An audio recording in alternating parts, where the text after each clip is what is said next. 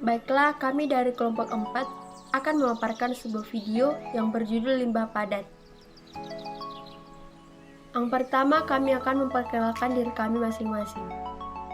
Selamat pagi teman-teman, perkenalkan nama saya Elia Baru Shopping. Saya prodi dari S1 Ilmu Keperawatan, Fakultas Keperawatan dan Kebidanan Universitas Prima Indonesia. Baik, di sini saya akan menjelaskan sedikit seputar tentang limbah padat. Selamat menyaksikan. Nama saya Imelda Daya, saya dari Universitas Prima Indonesia, Fakultas Keperawatan dan Kebidanan. Saya prodi S1 Keperawatan. Perkenalkan, nama saya Everta Simanjuntak, prodi S1 Ilmu Keperawatan Unpri dengan NIM 19330200015.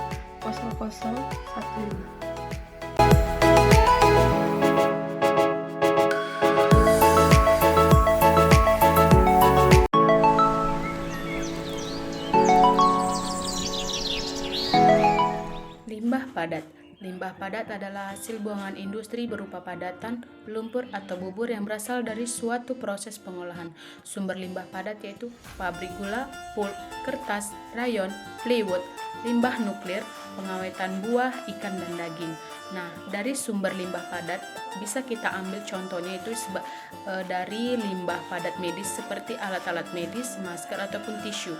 Secara garis besar, limbah padat terdiri dari yang pertama yaitu limbah padat yang mudah terbakar, yang kedua limbah padat yang sukar terbakar, yang ketiga limbah padat yang mudah membusuk, yang keempat itu lumpur, yang kelima itu limbah padat yang dapat didaur ulang, yang keenam limbah radioaktif, dan yang ketujuh itu ada bongkaran bangunan. Dampak pencemaran limbah padat yaitu dengan adanya limbah padat dalam lingkungan, maka akan timbul yang pertama itu gas beracun seperti asam sulfida, amoniak, metan, CO2, dan CO. Gas ini akan timbul bila limbah padat ditimbun dan membusuk karena adanya mikroorganisme. Dengan adanya musim hujan dan kemarau akan terjadi proses pemecahan bahan organik oleh bakteri penghancur dalam suasana aerob dan anaerob. Yang kedua yaitu ada penurunan kualitas udara. Dalam sampah yang ditumpuk akan terjadi reaksi kimia seperti gas H2S, NH3, metan yang bila melebihi nilai ambang batas akan merugikan manusia, di mana kadar H2S sebesar 50 ppm akan membawa mabuk dan pusing. Yang ketiga yaitu penurunan kualitas air. Karena limbah padat biasanya langsung dibuang dalam perairan atau bersama-sama air limbah, maka akan menyebabkan air menjadi keruh dan rasanya pun berubah. Yang keempat yaitu adanya kerusakan permukaan tanah. Pengolahan limbah padat. Menurut sifatnya, pengolahan limbah padat dibagi menjadi dua, yaitu limbah padat tanpa pengolahan dan limbah padat dengan pengolahan. Limbah padat tanpa pengolahan yaitu limbah yang tidak mengandung unsur kimia beracun dan berbahaya. Bisa langsung dibuang ke tempat tertentu seperti TPA. Limbah padat dengan pengolahan yaitu limbah padat yang mengandung unsur kimia yang beracun dan berbahaya harus diolah terlebih dahulu sebelum dibuang ke tempat tertentu. Nah, di sini ada bagan cara kerja pengolahan limbah padat.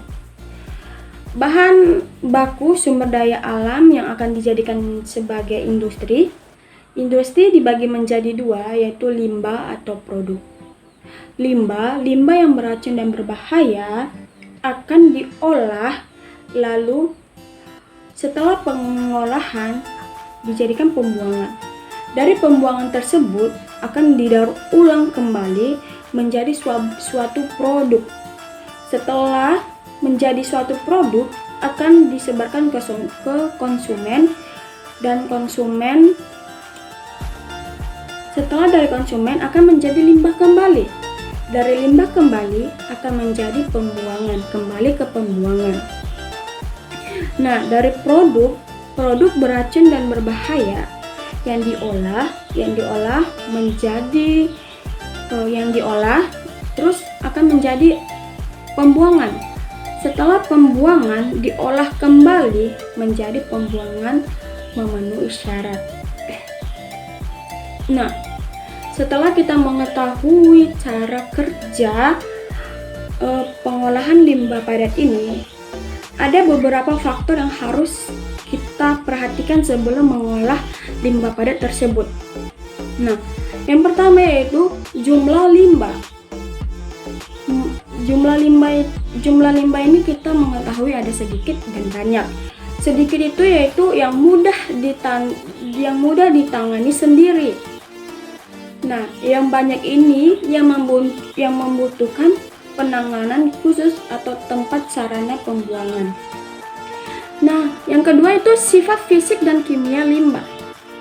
Sifat fisik mempengaruhi pilihan tempat pembuangan, sarana pengangkutan, dan pilihan pengolahan. Seperti kita harus lebih memilih tempat yang harus kita jadikan tempat pembuangan atau pengangkutan pengolahan limbah tersebut. Nah, yang sifat kimia dari limbah padat akan merusak dan mencemari lingkungan dengan cara membentuk senyawa baru. Nah, yang ketiga, kemungkinan pencemaran dan kerusakan lingkungan, karena lingkungan ada yang peka dan tidak peka terhadap pencemaran, maka harus diperhatikan, yaitu tempat pembuangan akhir atau TPA, unsur yang akan terkena, tingkat pencemaran yang akan timbul. Nah, unsur yang akan tercemar ini seperti warga-warga, kayak seperti sungai, selokan-selokan. Nah, jika pembuangan dari limbah-limbah masyarakat akan dibuang dengan sembarangan, nah, di situ ada unsur senyawa yang akan timbul yang mengandung penyakit. Nah, itulah yang mengandung penyakit-penyakit yang akan berkembang biak jika limbah tersebut dibuang dengan sembarangan. Nah, yang keempat itu tujuan akhir dari pengolahan. Tujuan akhir dari pengolahan ini tujuan yang bersifat ekonomis, meningkatkan efisien pabrik secara menyeluruh dan mengambil kembali bahan yang masih berguna untuk didaur ulang kembali atau dimanfaatkan kembali dengan tujuan pengolahan yang bersifat non-ekonomis. Tujuan mencegah pencemaran dan kerusakan lingkungan. Baiklah, di sini saya akan menjelaskan proses pengolahan limbah padat. Ada proses pengolahan limbah padat, yaitu pemisahan, penyusutan ukuran, pengomposan, dan pembuangan limbah. Yang pertama, pemisahan, di mana pemisahan ini terdiri dari ukuran yang berbeda dan kandungan bahan yang berbeda, maka harus dipisahkan dahulu supaya peralatan pengolahan menjadi aman. Pemisahan terbagi menjadi 3, yaitu sistem balistik, sistem gravitasi, dan sistem magnetis. Yang kedua, penyusutan ukuran, di mana penyusutan ukuran dilakukan untuk memperoleh ukuran yang lebih kecil supaya pengelolaannya menjadi mudah. Yang ketiga, pengomposan, di mana pengomposan dilakukan terhadap buangan limbah yang mudah membusuk, sampah kota, atau kotoran hewan, ataupun juga pada lumpur pabrik. Keempat, yaitu pembuangan limbah terbagi menjadi 2, yaitu pembuangan di laut dan pembuangan di darat. Pembuangan limbah di laut tidak boleh sembarangan, yaitu akan mengakibatkan beracun dan itu sangat berbahaya bagi masyarakat dan juga ikan-ikan yang di laut, dan bisa membunuh biota laut. Sedangkan pembuangan di darat dilakukan dengan pemilihan lokasi yang harus dipertimbangkan sebagai berikut, yaitu pengaruh iklim, struktur tanah, jaraknya harus jauh dari pemukiman, pengaruh terhadap sumber air, perkebunan, perikanan, peternakan, flora atau fauna. Jadi, pilihlah lokasi yang benar-benar tidak ekonomis lagi untuk kepentingan apapun. Demikian hasil dari video kami kelompok 4. Terima